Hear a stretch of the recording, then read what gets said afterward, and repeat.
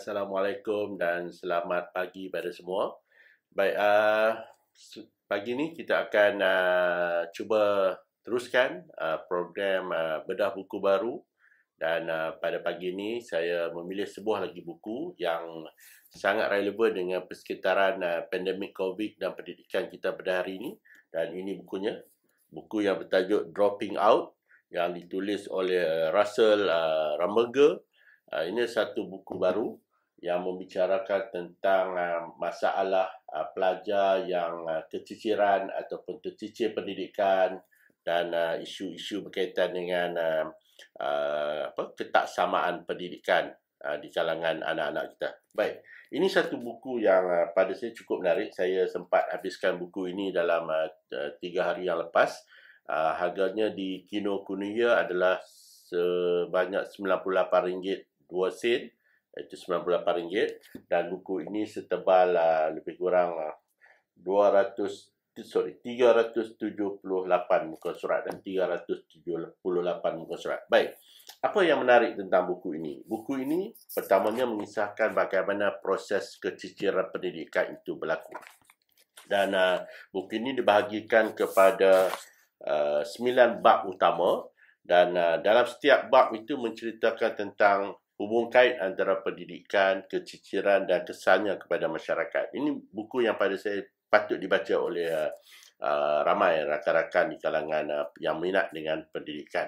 Baik, apa misalnya di dalam bab yang pertama dibincangkan tentang nature ataupun apakah definisi konsep drop out itu. Bagaimana proses drop out itu berlaku dalam kalangan anak-anak kita.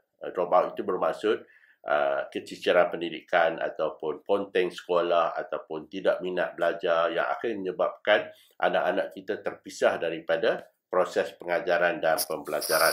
Baik, di dalam bab yang kedua, penulis ini membicarakan soal kesan keciciran itu kepada individu pelajar itu.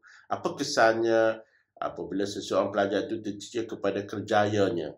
Apa kesannya kepada perilaku-perilaku yang mungkin melibatkan jenayah? Apa kesan kepada pembentukan keluarga kepada individu yang tercicir pendidikan? Apa kesannya kepada kesihatan individu tersebut? Kepada civic engagement individu tersebut? Kepada well-being, kesejahteraan individu tersebut? Dan juga kepada intergenerational mobility ataupun kesan keciciran seseorang individu itu kepada anak-anaknya kemudian hari.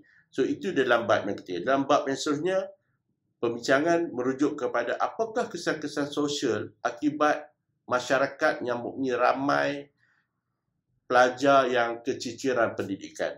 Apa kesan kepada jenayah? Apa kesan kepada kebajikan pelajar masyarakat? Apa kesan kepada kesejahteraan ataupun kesihatan masyarakat? Apa kesan kepada tahap sivik masyarakat apabila ramai ahli masyarakatnya keciciran pendidikan?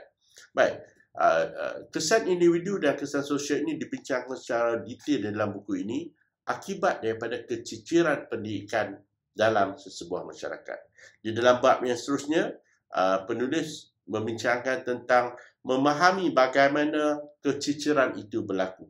Saya rasa ini bab yang sangat penting, terutama dalam konteks negara kita seperti Malaysia ini, untuk kita memahami bagaimanakah proses-proses keciciran itu berlaku dan apakah cara atau kaedah untuk kita engage supaya keciciran ini dapat dikurangkan dan lebih-lebih baik lagi dihapuskan.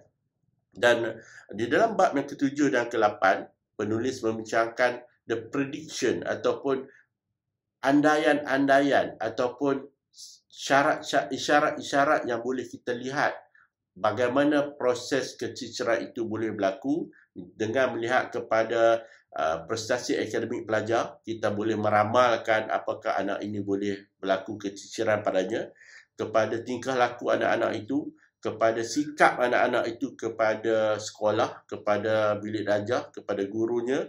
Begitu juga dengan latar belakang anak-anak ini, dan juga akhirnya adalah the combining factors ataupun faktor-faktor yang boleh disatukan untuk melihat risiko anak-anak ini kemungkinannya akan keciciran dalam dalam pendidikan. Baik, itu antara beberapa bab yang saya fikir cukup penting untuk difahami, bagaimana bagaimana kesan kececeran itu kepada individu pelajar dan bagaimana kesan kececeran pendidikan itu kepada masyarakat keseluruhannya, dan juga bagaimana kita sebagai guru, sebagai pendidik dapat meramal anak-anak pelajar kita yang mungkin akan berlaku kececeran dengan menggunakan indikator-indikator yang telah disebut dalam buku ini. Pada saya, buku ini satu buku yang baik sebab kita sekarang ini, terutamanya dalam era pandemik COVID ini, sedang berhadapan dengan satu isu yang besar, iaitu kita melaksanakan PDPR, pengajaran dan pembelajaran dari rumah. Dan dalam konteks PDPR ini, salah satu perkara yang paling kritikal adalah anak-anak kita berada dalam keadaan yang sangat tertekan emosinya untuk belajar dari rumah dengan ketiadaan gadget, internet yang mungkin lemah, kelajuan yang sangat perlahan menyebabkan motivasi belajar mereka menjadi sangat rendah. Dan jika kita tidak memahami keadaan-keadaan ini dan cuba menyelesaikan isu-isu ini, maka kita akan berhadapan dengan satu generasi yang bukan sahaja menghadapi masalah dalam pelajaran mereka, tetapi risiko untuk mereka dropping out ataupun tercicir daripada pendidikan adalah sangat tinggi. Jadi saya harap dengan membaca buku ini, kita dapat memahami dan mengambil langkah-langkah yang lebih jelas, yang lebih berkesan untuk kita menyelesaikan isu kececeran pendidikan, dan bukannya menyelesaikan di peringkat yang paling serius, tetapi menyelesaikannya dengan mencegah kececeran itu daripada berlaku kepada anak-anak kita. Baik, terima kasih. Kita jumpa lagi dalam episod yang seterusnya.